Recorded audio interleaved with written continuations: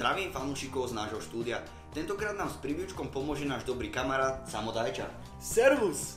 Ktorý má na nešťastie jednu chybu a paradoxne vďaka nej tu dnes sedí. Fandí Liverpoolu. Spoločne sa pozrieme na blížiacu sa tradičnú bitku. V 22. kole pricestuje na Anfield 20-násobný rekordný šampión Manchester United. 195 vzájomných duelov a 66 víťazstiev. To je vizitka Červených diablov. A inak tomu nebolo ani v tých posledných 5, keď si dokázali s Liverpoolom poradiť 3-krát. V predošlom kole remizovali zverenci Luisa van Gaala 3-3 na St. James's Parku a totožný výsledok sa zrodil aj v súboji červených s kanoniermi. Samčo, ako by si zhodnotil ten stredajší zápas? No podľa mňa posledný domáci zápas ukázal, že Liverpool vie konkurovať top celkom Premier League. A pozitívne vyznela aj štatistika, že sme si vytvorili viac šancí ako Arsenal, ale zase na druhej strane dvakrát sme prišli o vedenie a v samotnom závere nás zachránil až gól Joea Allena. A vlastne toto ukazuje, že je naozaj veľký priestor na zlepšenie v obrane. Myslíš si, že práve absencia Martina Škrtela bola tá kľúčová, ktorá vás stala tie lacné góly? Nebolo to len absenciou Martina Škrtela, ale podľa mňa to bolo aj tým, že obrana niekedy pôsobí nekoncentrovane a hráči niekedy nevedia, že na ktoré miesto by sa mali postaviť.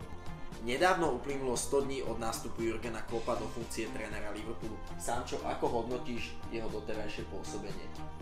No vzhľadom na to, že kombinuje intenzívny pressing a veľmi rýchly prechod do útočnej fázy, pričom nedávny zápas Extreme City potvrdil, že dáva šancu aj mladíkom, si myslím, že momentálne je to pre nás ideálny tréner. Oba celky disponujú rozdielovým hráčom. Kým Červení diabli sa tešia 4 gólom Wayna Rooneyho v posledných 3 zápasoch, tak LFC majú Roberta Firmina, ktorý sa dvakrát presadil proti Arsenalu. Samčo, súhlasí s tým, že úspech jedného alebo druhého týmu bude závisiť práve od tejto dvojice? No jasné. Myslím si dokonca, že to bude výrazne závisieť od toho, ako veľmi budú podporovali svojich spoluhráčmi. Tak vidíte, že aj my sa na niečom zhodneme. Samec, ako typuješ výsledok tohto zápasu? Demolácia 5-0. Nemám slovo, Marek, prosím ťa, povedz radšej náš tip za nás ty. Za nás dvoch hovorím, že kľudne si môžeš dať na tiket dvojku, lebo United si poradia s Liverpoolom v pomere 2-1. A aký je tvoj tip? Napíš nám dole do komentára.